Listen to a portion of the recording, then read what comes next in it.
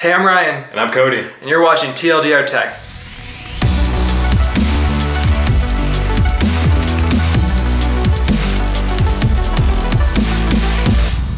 Today we're looking at the Logitech G602 Gaming Mouse, and if in everyday use you're really going to get any benefit out of all the buttons and things that you get with this compared to a regular $5 mouse. So for gamers, there are some immediate benefits. We've got switchable DPI on the first couple buttons and a slew of buttons on the side that can be remapped to macros or other keyboard shortcuts in the Logitech gaming software. We've also got a switch up top that lets you switch between performance and endurance mode to decide whether you want to get obviously the most performance or the most out of your battery life. Yeah, but the thing is, with any wireless peripheral, especially mice, there's going to be a problem with latency.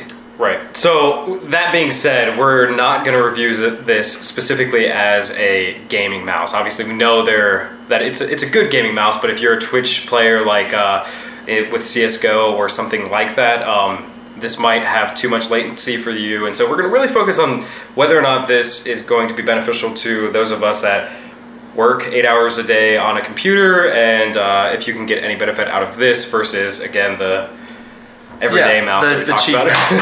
Yeah, because I play games for a while, but I don't play them all day. Yeah. Most of my days spent designing or doing work, so I need a mouse that isn't just solely for gaming. Absolutely. So let's jump in and kind of take a look at it in comparison to some of its competitors. Yeah. The G602 Gaming Mouse fits all three mouse grip styles to varying degrees of comfort. Palm grip has full palm contact, which has more arm movement than wrist. Claw grip is a hybrid of palm and fingertip contact. You also use a little bit more wrist in this movement. The fingertip grip is what I use constantly. I don't like to move my arm off the table. It's all wrist and fingertip movement. So we've talked about all the awesome programmable buttons this guy features, but let's go ahead and take a look at the Logitech gaming software and how those buttons actually get mapped. There are a ton of features in here, but we don't have time to go over them all, so let's take a look at just a few of them.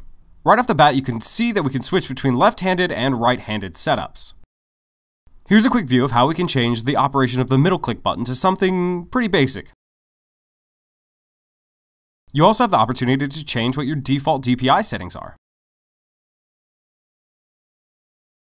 You can also change the report rate for performance mode. Endurance mode automatically drops down to 125. The program can export a profile that you can take with you to your other machines. If we switch over to automatic game detection, we have even more things we can program into the buttons for individual games or applications. You can pick specific applications to tie settings to. Let's take a look at Half-Life, for example. Here we can change the G6 button into something like volume down. Not that that's something you'd actually benefit from in Half-Life, but you can do it. This menu has much more versatility in the things that you can do. And again, we don't have time to get into all of them, but this has just been a quick overview of those functions. The Magic Mouse is a strong contender at this price point with features like left and right scrolling and other touch-based mouse gestures. But the ergonomics are terrible unless you're using a strict fingertip mouse holding style like I usually used, but even I don't like that mouse very much. You can add more functionality to a basic mouse through third-party software, but you're never really going to get the same performance that you would out of a mouse with physical buttons. So too long didn't read. What do we think about this as a gaming mouse and a mouse for just everyday use? All right, so I think as a gaming mouse, this mouse is awesome. It's got switchable DPI in the front. It's got a slew of buttons on the side that we can map to keyboard shortcuts and macros, like we talked about with the software. As long as you're not worried about the inherent issues with wireless peripherals. For the casual PC gamer, yes, they exist. It's not a big deal. It's a really comfortable mouse. I game from my couch, and it's perfect for that case scenario.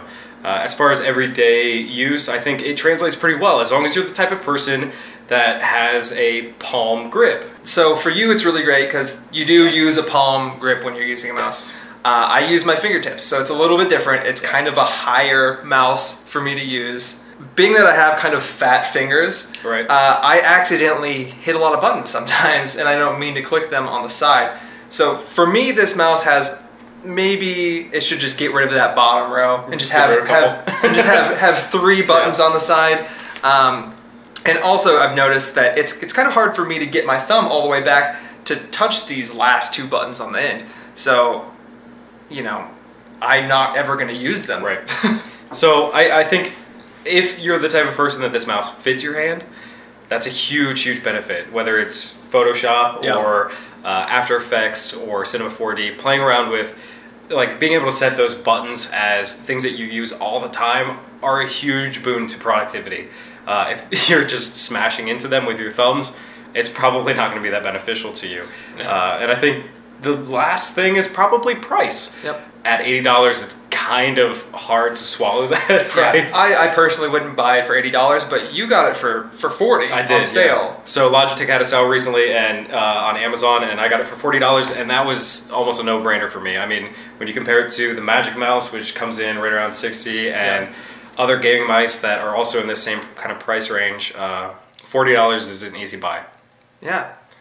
So all in all, yes.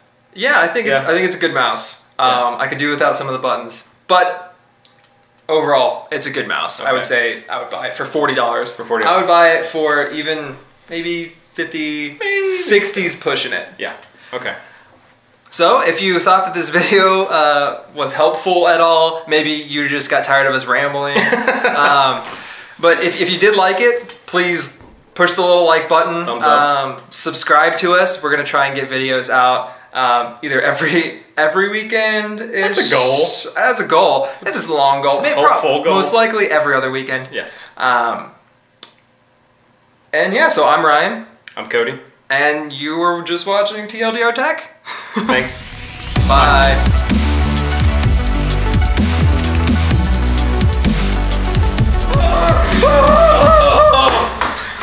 All right. Did you just flutter the butterflies away? Get away. Scoot. Get out of me, Damon!